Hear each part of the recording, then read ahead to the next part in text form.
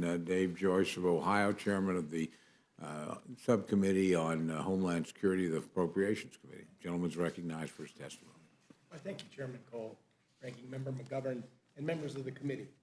Thank you for the opportunity to testify on the fiscal year 2024 Department of Homeland Security Appropriations Act. The bill before us today provides $62.8 billion for the Department of Homeland Security, an increase of $2.1 billion above the fiscal year 2023 level. In addition, this bill also includes $20.3 billion for disaster response and recovery activities, including support for devastating wildfires in Maui, Hurricane Idalia. This administration's border security crisis has raged for more than 2 years.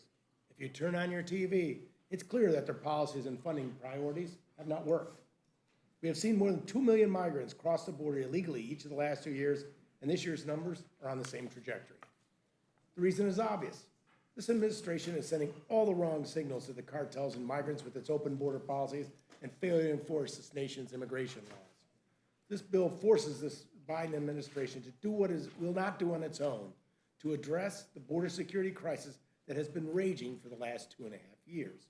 The funding and policy provisions included in this bill are in lockstep with the provisions of H.R. 2, which together will put us on a path to securing the border.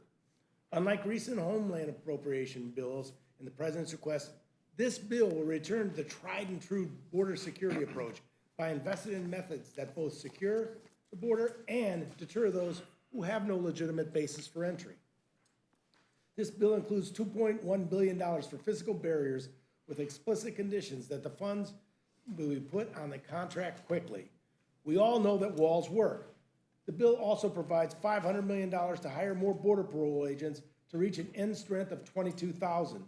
This bill increases funding for border security technology so our agents and officers have the latest, most effective equipment to detect and deter illegal activity. Detecting fentanyl and other narcotics that are ravaging our communities is a priority for all of us. So the bill provides $305 million for non-intrusive inspection equipment at the nation's points of entry.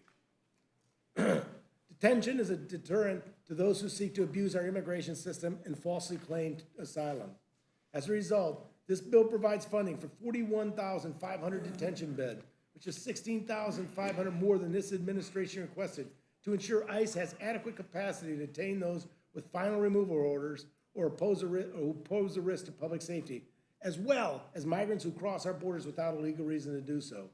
To counter the growing threat of Chinese influence on the Indo-Pacific, the bill provides an additional $335 million to the Coast Guard for fast response cutters. And to increase our presence in the Arctic, the bill provides funds for the Coast Guard to acquire a commercial icebreaker to extend U.S. sovereignty and counter Chinese and Russian expansion into our polar regions. Simply put, the bill before you today ensures that the men and women of the Department of Homeland Security who work tirelessly on our behalf have the resources and tools they need to protect this great nation. I urge my colleagues to support it. Thank you again for holding this hearing. I'm looking forward to your questions, and I yield back. Thank you very much.